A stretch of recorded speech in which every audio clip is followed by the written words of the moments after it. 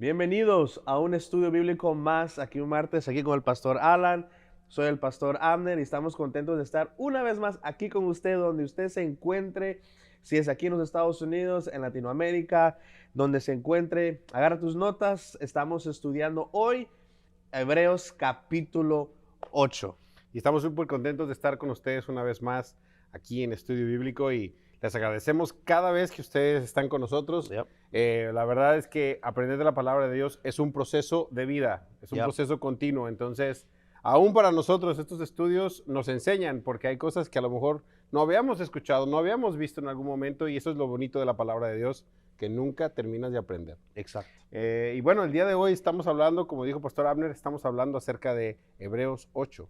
Y lo habíamos comentado anteriormente, los que han estado viendo toda la serie de Hebreos, un mensaje para una sociedad o un grupo de personas que entendían y conocían las tradiciones judías, y ellos, al saber todas esas cosas, Pablo se asegura de tener que hacer esas comparaciones directas y claras de lo que antes era el Antiguo Testamento y era lo que significa ahora con Jesús, ese nuevo pacto. Entonces, el capítulo 7 habló un poquito, o habló al final, habló acerca de la legalidad y la veracidad del sacerdocio de Jesús como algo definitivo, como Él fue el sacerdote que se esperaba, que podía cumplir toda la ley y todo podía cumplir con la totalidad del pago, vamos a decirlo así. Él podía pagar completamente por todo lo que se necesitaba.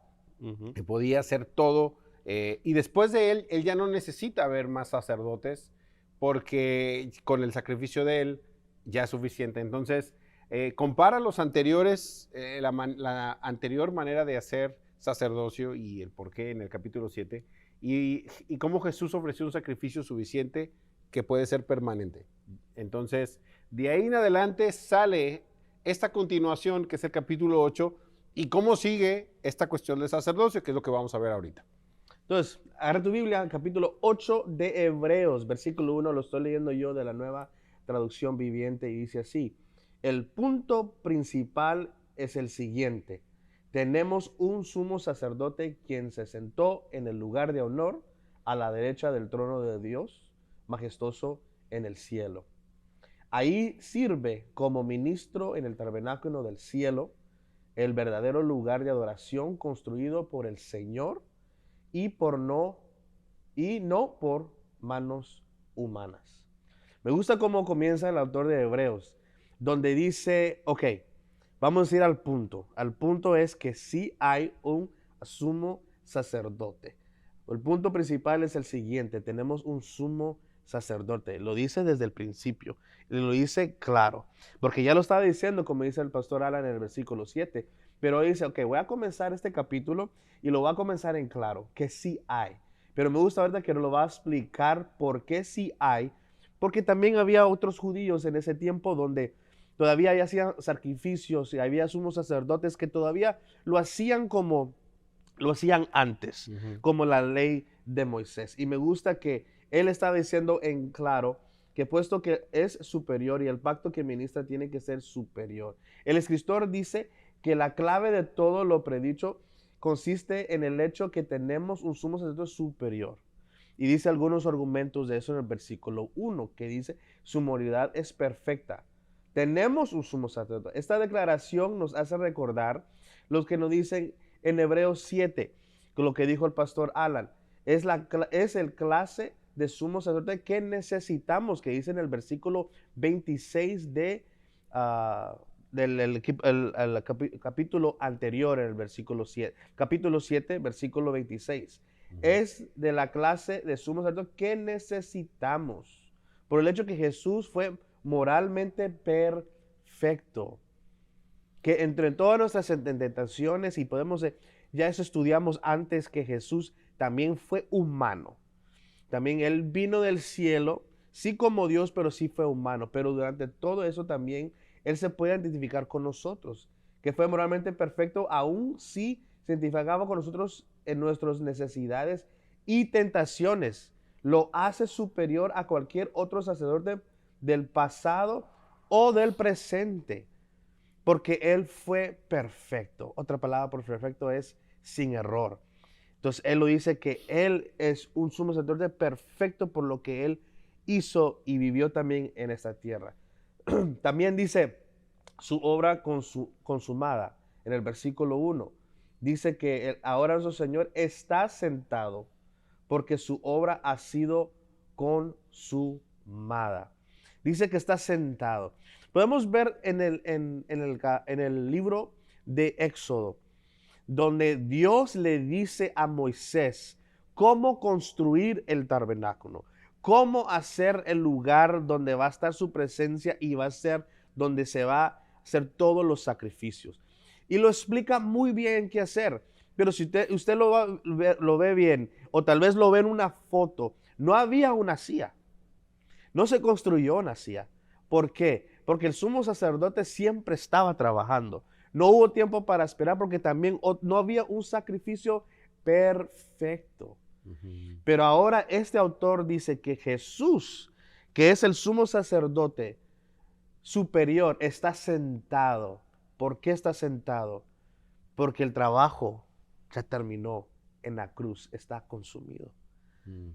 Pero uno puede decir, pero ahorita en Israel, cuando estaba escribiendo este libro, había en Israel, en Jerusalén, que había sumos sacerdotes que estaban haciendo sacrificios todavía. En ese tiempo todavía. Entonces venía un judío y puede decir, hey, pero ¿cómo puedes decir que ese Jesús es el sumo sacerdote cuando aquí en Israel todavía se está haciendo? ¿Cómo es eso? Y tú estás diciendo que ahora está sentado. Pero el autor está tratando de decir que lo que se hizo en lo que fue en la ley de Moisés y lo que se hizo en ese tiempo estaba bien, pero ahora vino otro sumo sacerdote que es superior y que lo que Jesús quiso hacer en la tierra y lo que Él puso en la tierra, lo que es el tabernáculo y los sacrificios, Él vino a perfeccionarlo con Jesús en la muerte en esa cruz por nosotros y que ahora vive y está sentado a la diestra del Padre porque su labor ya terminó. Entonces aquí es donde dice que su obra está consumida. Él es superior de lo que pasó antes. Cada sacrificio era solo un recordatorio que ninguno de los sacrificios jamás había provisto una salvación consumadora. Eso es lo que hacían antes. Todos los sacrificios antes que hacían los sumos sacerdotes no era para una salvación. No era para algo mayor lo que hizo Jesús. Sí, no era una cuestión definitiva. Sí. Siempre había que estarlo haciendo continuamente. Siempre.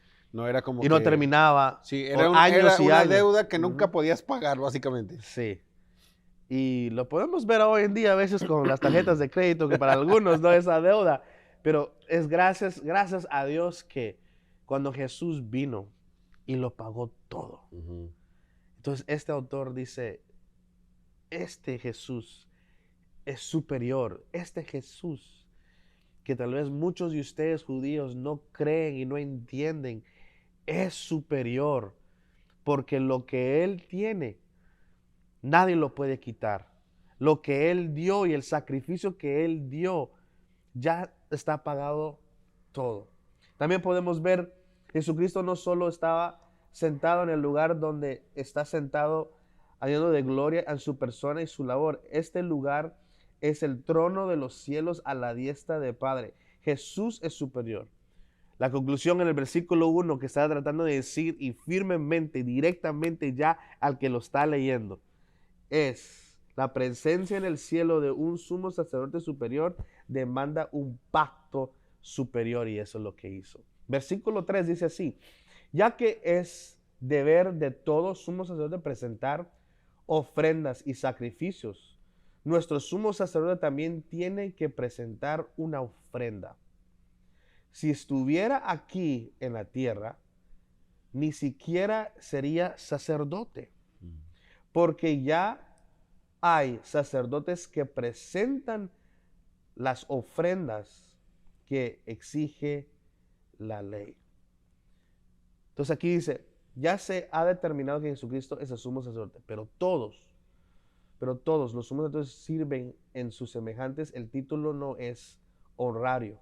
Como sumos sacerdotes del Antiguo Testamento, era ordenado para presentar ofrendas y sacrificios.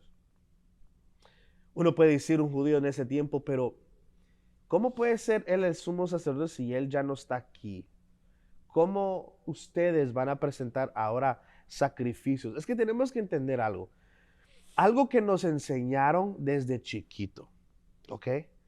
Si tú creces en la ley judía, en la ley de Moisés, y eres judío, y desde niño te están diciendo que así es como son las cosas, y ahora alguien viene a decir, ok, ahora ya no es así. Pero ¿cómo si lo oramos? Nos enseñaban eso. Lo estudiamos. Lo estudiamos. Es como que, ¿cómo puede ser ahora diferente? Ahora ese Jesús que ya no vive, y ahora ¿cómo están presentando ustedes sacrificios? ¿Dónde está la sangre? ¿Dónde está todo que ahora él no está, ustedes no están, pero el autor dice, ok, recuerden, Jesús es el sumo sacerdote superior. Que lo que él perfeccionó aquí en la tierra es por algo que vino y que está presente en el cielo. El santuario, la presencia y todo está en el cielo. Que cuando él vino a morir en la cruz y él fue a la cruz y murió por sus pecados, por nuestros pecados, él ya hizo el sacrificio. Pero físicamente él no llevó su sangre al cielo. Él lo hizo en la tierra y ahora lo hizo para siempre. Significa que ahora no necesita hacer sacrificio tras sacrificio tras sacrificio, porque Jesús ya lo pagó todo. Entonces el autor está tratando de decir, Jesús vino y lo hizo una vez, lo perfeccionó una vez y ya se terminó y por eso está sentado. Porque it's done, there's no more work, ya no hay más trabajo que hacer. Entonces ahí me puedo imaginar los judíos como diciendo, wow, it makes sense, o todavía no me cabe en la cabeza que funciona así. ¿Cómo Como puede que ser?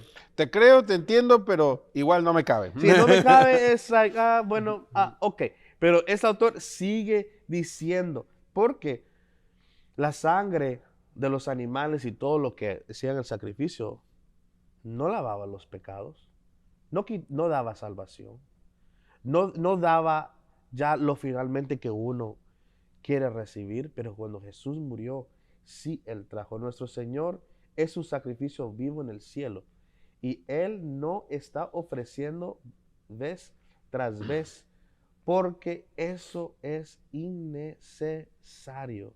Claro. Lo que dice el autor aquí, que es innecesario que Él venga otra vez porque Él lo hizo una vez y lo hizo con perfección. ¿Por qué?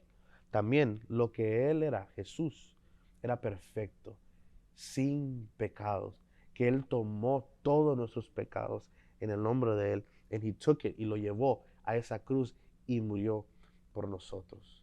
Versículo 5 dice así, ellos sirven dentro un sistema de adoración que es solo una copia, una sombra del verdadero, que está en el cielo. Pues cuando Moisés estaba por construir el tabernáculo, Dios le advirtió lo siguiente: asegúrate de hacer todo según el modelo que te mostré aquí en la montaña. Me gusta como dice el autor aquí, el verdadero santuario está en el cielo. El tabernáculo y el templo fueron solo imitaciones o copias de el verdadero. Entonces imagínense, más de 2000 años en el tiempo de Moisés, cuando Moisés está en el monte de Sinaí y recibe la ley y recibe las instrucciones de construir este tabernáculo. Lo que Dios estaba haciendo es solo estaba haciendo algo chiquito, algo pequeño de lo que ya se ve en el cielo. Un lugar donde podían ver y sentir la presencia de Dios y hacer los sacrificios para el perdón de pecados. Pero ahora cuando Jesús vino y cuando Él hizo ese sacrificio, ahora lo nuevo es que el nuevo tabernáculo y que podemos estar cerca de Dios uno a uno, todos los días, hablar con Dios, hablar con el Espíritu Santo, se perfeccionó por medio de Jesús, y que en el cielo está el tabernáculo verdadero. El templo fue solo imitación, copias del verdadero. El sistema del Antiguo Testamento era solo una sombra. La ley solo tenía la sombra de los bienes venideros. La verdad, la verdadera y completa luz vino por Jesús. Esto fue argumento eficaz para indicar lo necesario de permanecer fieles a Jesucristo y no regresar a judaísmo. Es que era difícil en ese tiempo, y nosotros los hemos también, Pastor Alan, predicado y enseñado que cuando uno viene de un lugar judío y que te enseñaron algunas cosas, Jesús vino también a darle vuelta a todo eso. Jesús vino y a veces yo me pongo a pensar cuando estudiamos esto, le predicamos a los jóvenes, que si nosotros hubiéramos sido creados en una sola, en una verdad y una manera que así es de vivir, y viene alguien como Jesús de cambiar todo eso, tal vez para algunas cosas, vamos a ser sinceros, va a ser difícil para cambiar nuestra forma de pensar. Y a lo mejor ni siquiera lo haríamos hoy por hoy, decirlo así. No, no sería tan fácil para nosotros también decirlo, Ya, ni hacerlo. Es como que, inclusive, a cuestiones, en ese tiempo estamos hablando de una sociedad judía que sabía cómo hacer ciertas cosas, entonces ese cambio era muy fuerte para ellos. Pero inclusive hoy por hoy es muy similar a cuando alguien ha vivido lejos de Cristo y ya, ahora viene a Cristo. Todo lo que sabía y todo lo que todo lo que pensaba que era verdadero, después conoce a Cristo y dice, ay, espérame, pero todo lo que, ¿y qué pasó con todo lo que aprendí? exactamente. Y esa es la naturaleza de Cristo. Él viene a literalmente revolucionar todo, a cambiar todo en ese tiempo y hoy, el día de hoy también. Entonces, el tabernáculo y el sacrificio y todo lo que estaban haciendo antes fue como un preview, fue como algo, Un avance. un avance de lo que venía, lo que vendrá. Jesús vino y demostró que Él es el sumo sacerdote. Versículo 6 dice así: pues ahora a Jesús, nuestro sumo sacerdote, se le ha dado un ministerio que es muy superior al sacerdocio antiguo, porque Él es mediador a nuestro favor de un mejor pacto con Dios, basado en promesas mejores. Me encanta lo que dice al final: a nuestro favor de un mejor pacto con Dios, basado en promesas mejores. Esto significa que Dios hizo un pacto antes con Moisés y con el pueblo de Dios. Un pacto que se cumplió. Ahora Jesús vino y dice que ahora hay un nuevo pacto. Regresemos al momento donde Jesús estaba en la última noche con todos los discípulos, que todos podemos ver y sabemos que es la Santa Cena. No la foto que hay de Leonardo da Vinci, que todos están sentados de este lado para que alguien le tome una foto o un video. No, todos estaban alrededor, enfrente de Jesús. Y recuérdense que Jesús levantó la copa. Y él dice: este es el nuevo pacto en mi sangre. Este es el nuevo pacto en mi sangre. Que tal vez los mismos discípulos estaban diciendo: pero qué nuevo pacto. Pero solo alguien que es el Mesías puede decir tal cosa. Y Jesús, que fue el Mesías, levantó esa copa y dice: ya, ahora adelante. En otras palabras, ya cuando muera y yo voy y hago el sacrificio vivo y tomo los pecados del mundo y muero, yo soy el nuevo pacto. Mi sangre es el nuevo pacto. Que ahora en adelante todo está consumido y ahora voy a estar sentado a la diestra del Padre, porque ya se terminó lo que era el plan perfecto del Señor para que tú y yo, ustedes, nosotros, juntos podemos estar un día con Dios en el cielo. Entonces, aquí dice que es mejores promesas en este nuevo pacto. ¿Cuáles son esas promesas? ¿Cuáles son esas cosas que vamos a ver, como el pastor ahorita nos va a explicar en el versículo 7 en adelante, pero ahora estamos listos para considerar las mejores promesas que pertenecen al nuevo pacto. Y esto que se habla acerca del nuevo pacto tiene mucho que ver con que el antiguo no ofrecía promesas. Las promesas que eran simplemente que estabas bien con Dios momentáneamente hasta que tuvieras que volver a traer tu sacrificio. Podías acercarte a Dios, lo más que se podía acercar a Dios es a través de esos sacrificios que se daban. Ahora, para los que están entrando, no están viendo, estamos hablando acerca de la veracidad de Jesús como un sumo sacerdote superior, tomando ese lugar de que después de él no hay necesidad de sacerdotes, no hay necesidad de ofrecer sacrificios como en la ley judía lo hacía. A lo mejor los que están viendo no tienen un poquito de contexto acerca de eso, pero la ley judía se requería cada cierto tiempo, cada año, con cierta frecuencia, había que uno llevar a un animal para que muriera en el lugar de uno por sus pecados. Y esa cuestión era una cuestión continua de cada año, donde cada persona tenía que hacer eso. Entonces, pues bien honestamente, el tabernáculo, aparte de ser un lugar de adoración, también era una carnicería. Literalmente, porque había que matar muchos animales y ofrecer su sangre y ofrecer básicamente la vida por el pecado de alguien, porque esa persona no puede pagar. Entonces llega Jesús y yo usualmente lo comparo como que alguien debe, vamos a decirlo así, debe 10 pesos o 10 o 100 dólares, 100 pesos, lo que sea, donde nos estés viendo, 100 de lo que quieras. Lo debes, pero por alguna razón no puedes pagarlo. Entonces vas pagando de a uno todos los años, de a uno. Pero los intereses te comen, entonces no puedes llegar a pagar. Pero llega Jesús y llega y dice, aquí hay $1,000,000 o ni siquiera de dólares, lo más alto, libras esterlinas, no sé, lo que sea, euros. Bitcoin. Llega con 1,000,000 y dice, de ahí en adelante, no nomás se pagó la deuda, se pagaron los intereses y además hay mucho más que puedo dar que no necesita esta persona volver a pagar nada. Ni él, ni su familia, ni nadie. Entonces, ¿por qué hablamos de esta cuestión o por qué les estoy mencionando esto? Porque este nuevo pacto trae promesas diferentes que el antiguo no tenía. Por eso la importancia de hablar de todo esto, porque esas son las promesas que queremos nosotros tener. Y si las creemos, podemos accesar a esas promesas también. Y vamos a leer el versículo 7 que dice así, si el primer pacto no hubiera tenido defectos, no habría sido necesario reemplazarlo con un segundo pacto.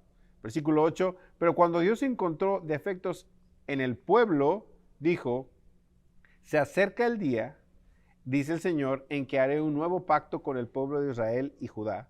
Versículo 9, este pacto no será como el que hice con sus antepasados cuando los tomé de la mano y los saqué de la tierra de Egipto. Ellos no permanecieron fieles a mi pacto, por eso les di la espalda, dice el Señor.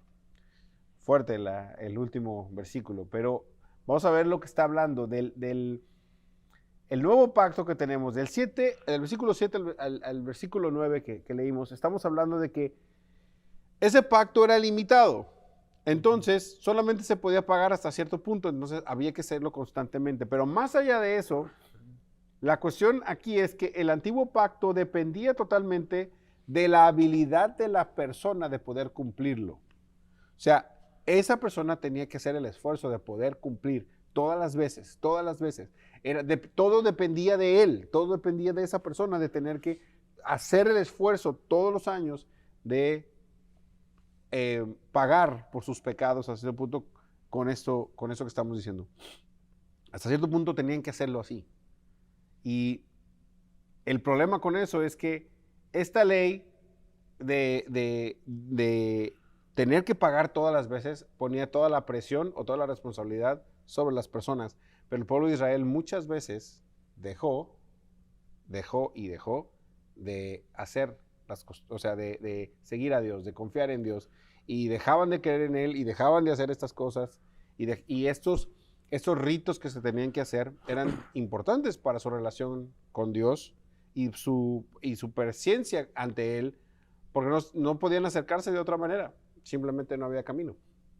Entonces, el problema era ese, que dependía totalmente de las personas, pero obviamente sabemos que por nuestra naturaleza pecaminosa no podemos por nuestra fuerza cumplir la ley de Dios en su totalidad. Entonces, en el versículo 19 del capítulo anterior, dice, nada perfeccionó la ley, porque no podía cambiar el corazón humano. El problema era que era una cuestión de tradición, era una cuestión de hábito, era una cuestión inclusive de una religión. Y la religión en sí no salva a nadie. Entonces, no cambiaba el corazón, cambiaba la manera de hacer las cosas. Si la persona dejaba de tener el corazón para seguir haciéndolo o ya no le interesaba, lo dejaba de hacer. Y entonces el pacto ya no era efectivo en su vida, el antiguo pacto. Entonces, versículo 9 pone que ahora este nuevo pacto tiene que ver todo con Dios, no con la persona. Yeah. Es la gracia de Dios el nuevo pacto, que ahora ya no hay necesidad, como ya se pagó, ya no hay necesidad de traer nada ni seguir esos ritos que se necesitaban porque ya se pagó, ya no es necesario. Ahora lo que te toca es creer y creer que Jesucristo hizo ese pago por ti y disfrutar y vivir obviamente de una manera que pueda honrarlo a Él, pero ya no es necesario esos ritos, esas tradiciones, ya no son necesarias porque a final de cuentas no prometían nada más que esclavizarte a un sistema. Yeah. Y esa gracia es la que necesitábamos nosotros como personas y como humanos y para poder creer en Cristo, eso es lo que vino a traer. Entonces, eso lo une al versículo 10, que lo vamos a leer, pero que es la promesa de un cambio interno, que en vez de estar uno atrapado en un sistema donde nunca se va a acabar y siempre llega esa cuestión de que tengo que estar pagando, o haciendo tradiciones o actividades que hay que hacerlas constantemente y esclavizados a eso, llega un nuevo pacto donde ya el cambio es interno. Ya la cuestión es, el corazón cambió. El punto es, y el autor lo dice, que es la parte interna lo que cuenta. Porque la parte externa es transaccional, pero la parte interna es en realidad donde está el cambio de la persona. Y vamos a leer el versículo 10, que dice así, me regreso un poquito. Versículo 9 primero. Este pacto no será como el que hice con sus antepasados cuando los tomé de la mano y los saqué de la tierra de Egipto. Ellos no permanecieron fieles a mi pacto, por eso les di la espalda, dice el Señor. Versículo 10. Pero este es el nuevo pacto que haré con el pueblo de Israel en ese día, dice el Señor. Pondré mis leyes en su mente y las escribiré en su corazón. Yo seré su Dios y ellos serán mi pueblo. Versículo 11. No habrá necesidad de enseñar a sus vecinos, ni habrá necesidad de enseñar a sus parientes, diciendo, deberías conocer al Señor, pues todos ya me conocerán. Y voy a parar ahí. Versículo 10, rapidísimo. La promesa de un cambio interno. Los pecadores necesitan un corazón nuevo. Nosotros como humanos necesitamos un corazón nuevo. Esa es la promesa más grande. Que a través de Jesús, y a través de permitirle que Él entre a nuestra vida, eso es lo que Él nos da. Un corazón nuevo. Una nueva manera de sentir, de vivir, de poder conectarnos con Dios. Una disposición interna de querer hacer lo que este nuevo pacto requiere, que es acercarse a Jesús, vivir con Él, conocerlo más y seguir y vivir una vida de adoración en agradecimiento, no en pago, que esa es la diferencia. Una persona se siente diferente cuando tiene que pagar algo, cuando da algo porque lo debe o da algo porque está agradecido. Esa es la diferencia, es lo interno, es lo que se siente. Entonces, por la gracia de Dios es posible una transformación interna que hace que el creyente rendido a Cristo sea más y más como Él. Y eso es una mención de 2 Corintios 3, 18. Se los dejamos de tarea para que lo lean. Es por eso que este mensaje es tan poderoso, porque puede cambiar el corazón de los que creen para vivir de una nueva manera sin importar la era. A partir de ese momento de Jesús en adelante, sin importar la era, el tiempo, el trasfondo, las condiciones políticas, sociológicas, financieras, gubernamentales. Usted cree en Cristo, donde quiera que usted esté, y eso es suficiente. Ahí está la gracia de Dios. Ya cree en Él y usted acepta lo que Él hizo por usted y acepta el pago que se dio por sus pecados y usted no está ligado a esa ley. Entonces, eso es lo importante del cristianismo. Eso es la promesa del creer en Cristo, que va más allá de una cuestión transaccional. Por eso también es tan triste ver gente que está esclavizada a una religión. Y cuando digo religión es a una lista de cosas que hacen para querer estar bien con Dios, cuando en realidad la gracia de Dios fue de que Él ya quiere estar bien con nosotros. Solamente creamos en Cristo y nos corresponde simplemente vivir bajo esa promesa. Entonces, nosotros no podemos llegar a ser santos por nuestra propia cuenta y ni siquiera siguiendo la ley pasada podíamos llegar a ser santos. Exacto. No había manera, pero a través de Cristo lo podemos hacer. Y es increíble que ahora, en este año, más de 2000 años después de todo esto, que hay mucha gente que todavía piensa, y tal vez usted, el que está viendo, piensa todavía que uno tiene que hacer todas estas cosas para que Él esté feliz conmigo, para que yo esté bien con Él, para que Él esté feliz conmigo, porque Él vio todo lo que he hecho, todo lo que ha sacrificado o ha dado dinero, ha dado diezmos, o ha dado diferentes cosas, cuando Dios nos ama como somos. Y Él solo quiere, como tú dices, que creamos en Él, en ese sacrificio, que Él es el Dios, que Él es la persona para creer, porque la Biblia dice que nadie puede ir al Padre si no es por medio de Jesús y creyendo en Jesús. Exacto. Y es a través de creer eso, como decía el pastor Abner, es a través de creer esa verdad y esa promesa y afianzarse de ella, tomarla. Esa es la parte de esa. No importa qué tantas promesas haya en la Biblia, si nosotros no estamos dispuestos a afianzarnos de ellas, pues van a estar ahí, están vigentes, mas no son efectivas en nuestra vida hasta que nosotros las hagamos y creamos en ellas y las hagamos personales.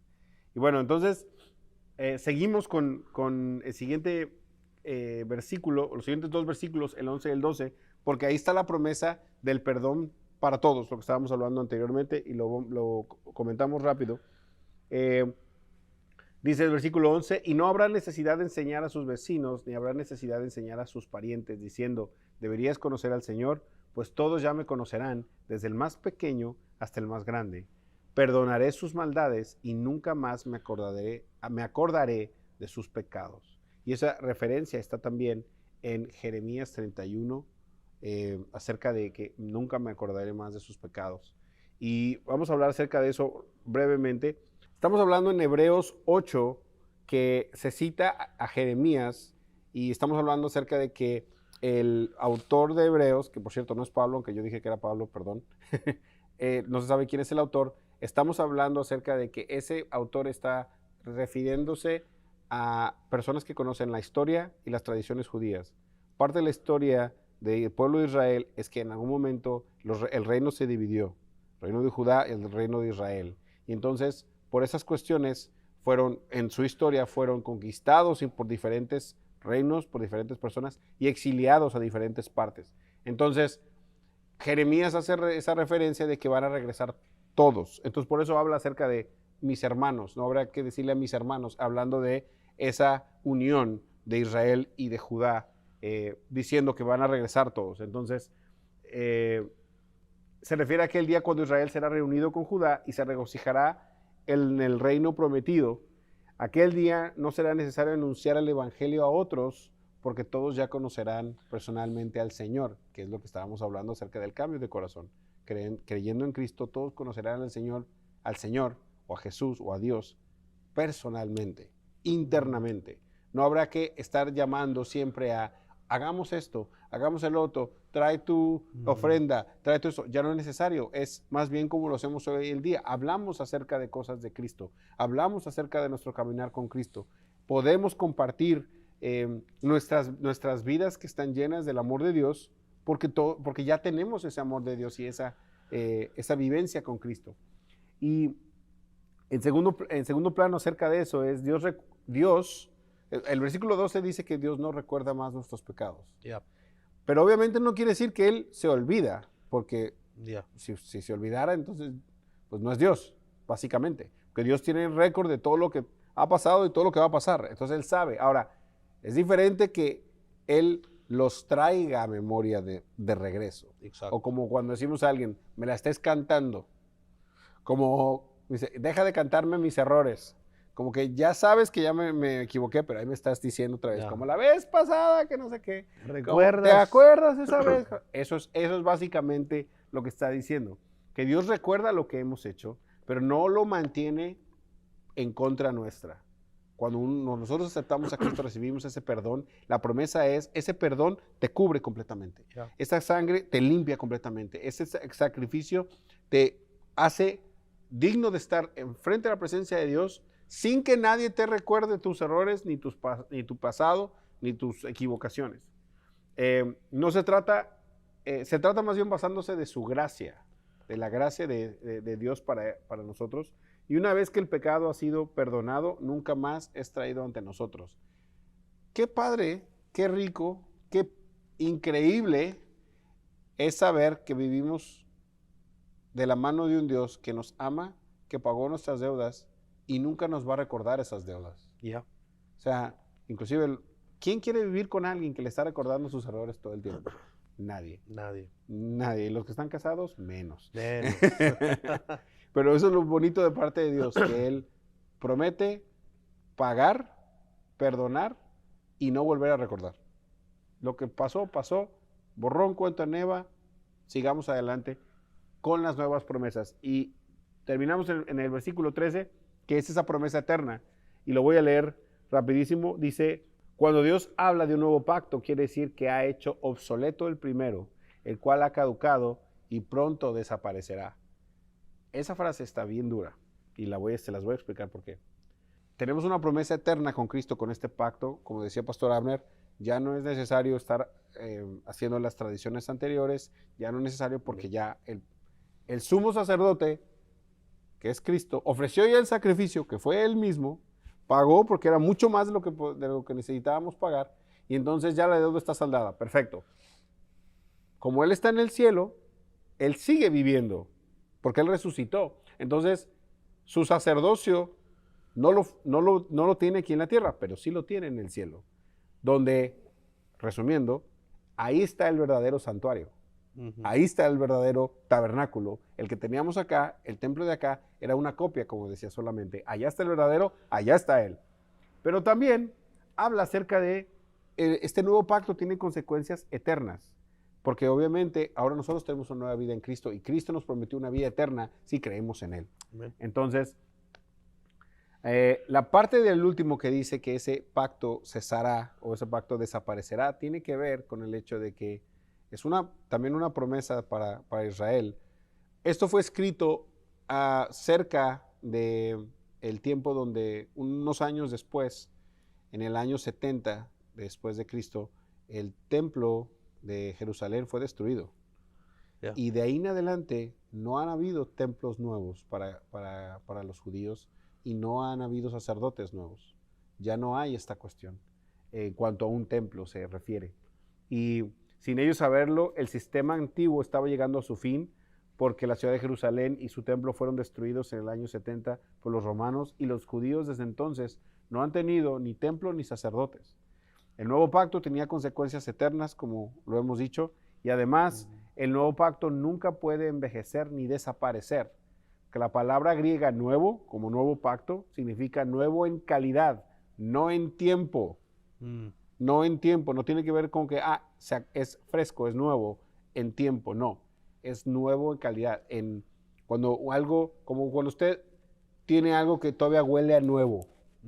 Como cuando te subes a un carro y dices, carro nuevo, ya. Un carro nuevo y huele a nuevo. Huele a claro, nuevo. No nomás porque es nuevo en sí, pero si una persona lo mantiene, puede mantener ese olor por mucho tiempo. Inclusive hay lugares donde los lavan y te preguntan qué tipo de olor quiere adentro y les puedes decir el carro nuevo y te lo ponen.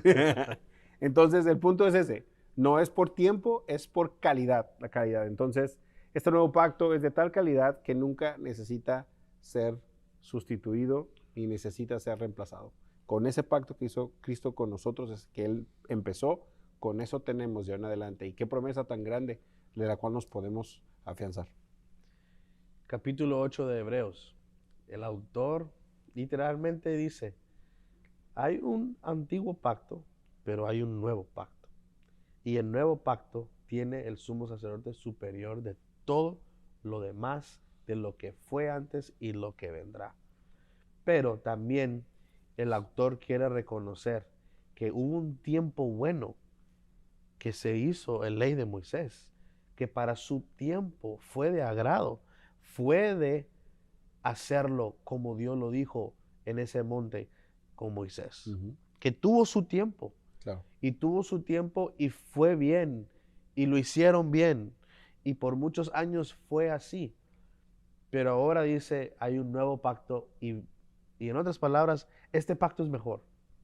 Y eso es lo que él quiso explicar en este capítulo, que hay un nuevo pacto que es mejor para siempre, porque uno vino y hizo el sacrificio mayor de todos los demás, y que fue para siempre. Y completa, que ahora está sentado a la diestra del Padre, porque ahora es solo de recibir al Señor en el corazón de nosotros, de reconocer que Él hizo ese sacrificio por usted y por mí. Y que en ese sacrificio y en ese nuevo pacto, ahora podemos disfrutar de todo lo que viene en ese nuevo pacto. Entonces, ahora queremos orar por ti. No sé cómo estás pasando, no sé cómo te ha ido y cómo esta palabra puede a usted reconocer y recordar de nuevo que Jesús es el sumo sacerdote. A Jesús es la persona en que corremos. A Jesús es la persona que nosotros vamos. Y le decimos, Señor, aquí estoy, aquí está mi vida. Reconozco si he pecado, reconozco que tu sacrificio que hiciste tú en la cruz por mí, lo recibo en mi corazón. Y ahora recibo con alegría todo lo que viene de este nuevo pacto, de este nuevo sacrificio que tú hiciste en la cruz por mí. Entonces vamos a orar. Pastor Alan, oremos, por favor. Vamos a orar. Señor, te bendecimos, te damos gracias primeramente por tu palabra. Y gracias, Señor, porque estamos repasando, Señor, lo que quería decir este nuevo pacto y lo que significa para nosotros. Te damos muchas gracias por el sacrificio que nos hizo libres, esa deuda pagada, Señor, con tu sangre, con tu cuerpo. Pero más allá, gracias por esa libertad y por esas nuevas promesas que podemos tener en tu nombre, por tu sacrificio y porque tú ahora eres el que administras ese nuevo pacto. En este momento quiero darte gracias, Señor, por cada una de las personas que están viendo este estudio y te pedimos, Señor, que tú nos permitas a todos que esta palabra nos ayude a nosotros a entender que nos afianzamos a ti, no a un sistema religioso. Te pido, Señor, que nos afiancemos a ti, que creamos en ti, que no volvamos en nuestra mente y en nuestro corazón a vivir un pacto antiguo, que no es más que una lista de reglas que hay que seguir, sino que vivamos en realidad una relación contigo donde se nos ama, se nos perdona y se nos permite estar de pie y delante de ti por tu gracia, no porque nosotros hagamos algo. También, Señor, a su vez te pido que nos ayudes a tratar de vivir de la mejor manera en honor, en agradecimiento y en amor al quien hizo todo por nosotros y nos salvó.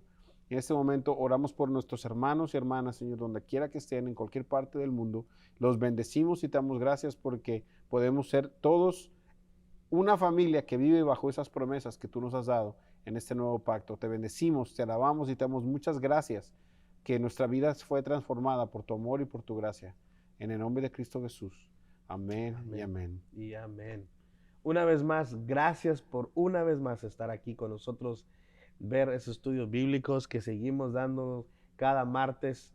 El próximo martes vamos a estar estudiando Hebreos capítulo 9. Muchas gracias por los comentarios ahí abajo de dónde nos estás viendo, que ha sido de bendición para nosotros estar en tu casa, en tu carro, en el gimnasio, donde cualquier lugar. En tu teléfono. En tu teléfono, en tu iPad, en cualquier lugar que lo estás viendo.